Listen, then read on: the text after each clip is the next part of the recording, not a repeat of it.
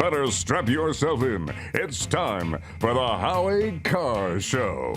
This is why you have security protocols, to protect classified information. She exposed it to our enemies, and now, Steve, our adversaries have this very sensitive information that not only jeopardizes her and national security at home, but the men and women serving overseas. This is, in my opinion, quite frankly, it's treason.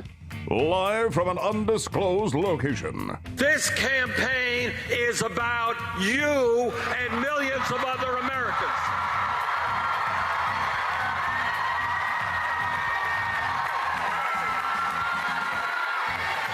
And this campaign is not a personality contest. We're not voting for high school president. We're voting for the most powerful leader in the entire world. Unchained and unstoppable. I'm frustrated with career politicians. They say one thing and they do another. Trump, he is brash. He'll say things that are aghast, but he's honest. And it's so refreshing to have someone that's honest, that'll tell it like it is, not what you want to hear. Who's your captain? Howie Carr. Probably seen the new Rasmussen poll just came out. We're 3 points up nationwide and going like a rocket. Many, many polls. I won't even go over all the polls, but we're leading in Ohio and Iowa and all over the place. I think we're doing great in North Carolina. I think we're doing great in Pennsylvania, too, by the way. Rump swabs, hacks, and moonbats beware. It's Howie Carr.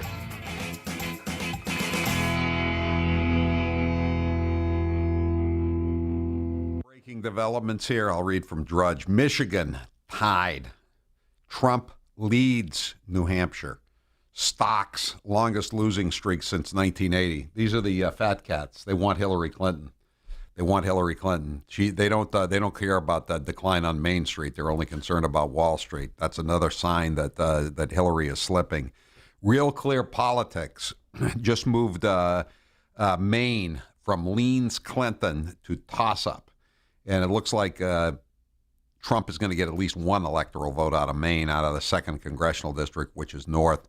And again, we urge everybody to vote. Whenever if you can vote today, you can vote today, or whenever you want to vote. But get out there, and especially if you live in New Hampshire, where we just had John Sununu on, Governor John Sununu, and he said it thinks it's going to be 5,000 votes is going to be the difference in New Hampshire.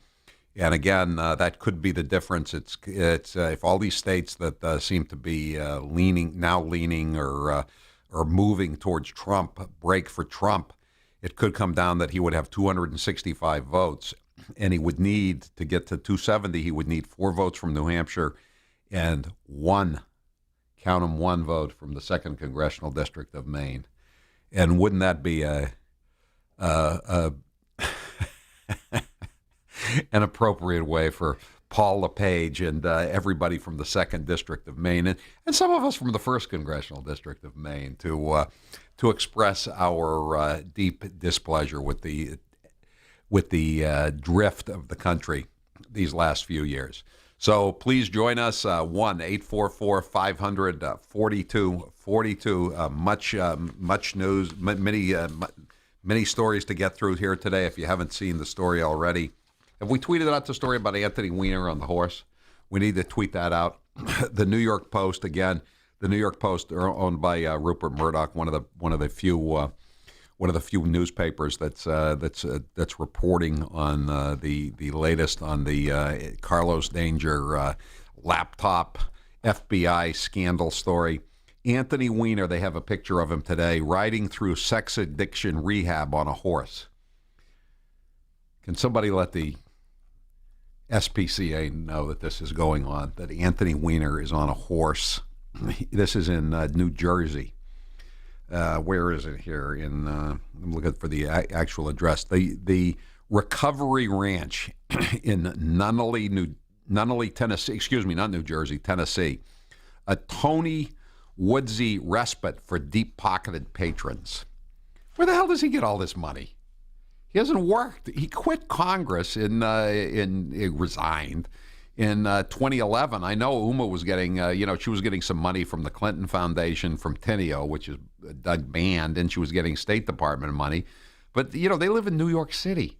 They don't have it. Where are they getting the dough for this? The perverted former Queens politician wore a bright blue riding helmet, green T-shirt, blue jeans, and sneakers as he saddled up his poor animal. Yes, it is a poor animal. And hopped aboard, accompanied by a blonde. Is that a button I see on him? Does the button say "I'd rather be sexting"? I just made that up. But anyway, we just tweeted that out, so you can check out the story for yourself. I would say if trending in social media were done honestly, that would be the number one trending story in the United States of America. But I don't think the Clinton rump swabs at Google and Facebook and elsewhere want to give a fair and balanced representation of what the American people are interested in on the internet. Stop me if you've heard this one before. Vandals hit Donald Trump's Denver campaign office. Denver Police Department spokesman says they will use all tools available, including electronic ones, to find suspects. I'm not holding my breath. By the way, in the last hour, we got a caller said, can you tweet out the story from Breitbart about how the New York City cops were the ones who brought the laptop with all the devastating emails, the 650,000 emails, to the attention of the FBI. We did tweet it out, but I forgot to mention one important aspect of the story. According to, again, it's uncorroborated, and you'll have to you'll have to decide for yourself whether you believe it or not. It's from a former Navy SEAL named Eric Prince. But he also said that when the New York PD said we're going to bust this story open if the feds are so corrupt, which they are, that they wouldn't touch the story, and that they're trying to cover it up for Hillary and Obama and Loretta Lynch and Eric Holder and the Democrats. The feds responded, or not the people, the career prosecutors as they're called, but the people at the top of the Justice Department said, if you try to bust Hillary Clinton on these emails, what we're going to do is we're going to bring civil rights charges against every New York City cop that was involved in the Eric Garner case on Staten Island. That's the big 400-pound fat guy that was selling Lucy's a couple of years ago, and outside the convenience store. And they told him to stop doing it, and he refused. And they said, "Well, you're under arrest." And they got in a brawl with him.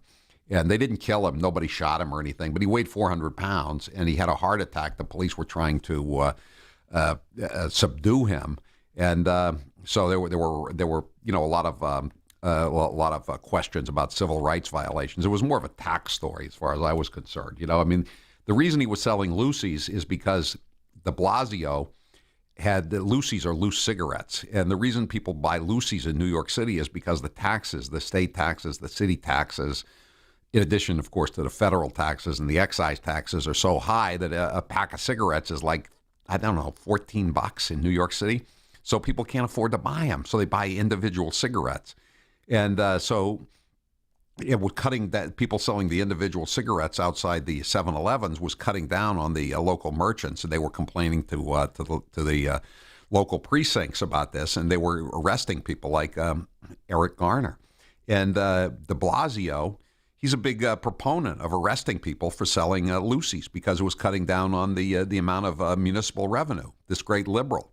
He was actually this happened on a Saturday. He was planning to have a big press conference at City Hall on Monday, talking about all the people he had arrested for selling Lucy's. But of course, he decided not to do that. So now it's some kind of racist police response rather than greedy municipal Democrat hacks in New York City that killed Eric Garner. And that's one reason why Eric Garner's wife, his daughter, has been screaming about Hillary Clinton. Don't use my father as a campaign prop for you, because this has nothing to do with your campaign or racism or anything like that.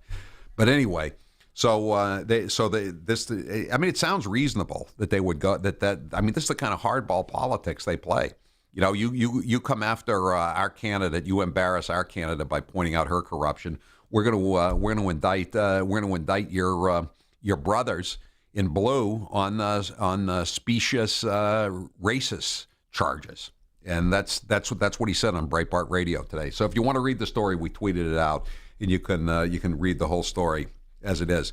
In another breaking story, before we get to the phone lines, a federal grand jury has decided today in Charlottesville, Virginia, that a Rolling Stone journalist, can we put that in quotation marks, by the way, defamed a former University of Virginia associate dean in a bogus magazine article. Can we put? It's not an article. It's a short story. It's fiction about sexual assault on campus that included a debunked account. That's putting it mildly. How about totally fraudulent rather than debunked account of a fraternity gang rape?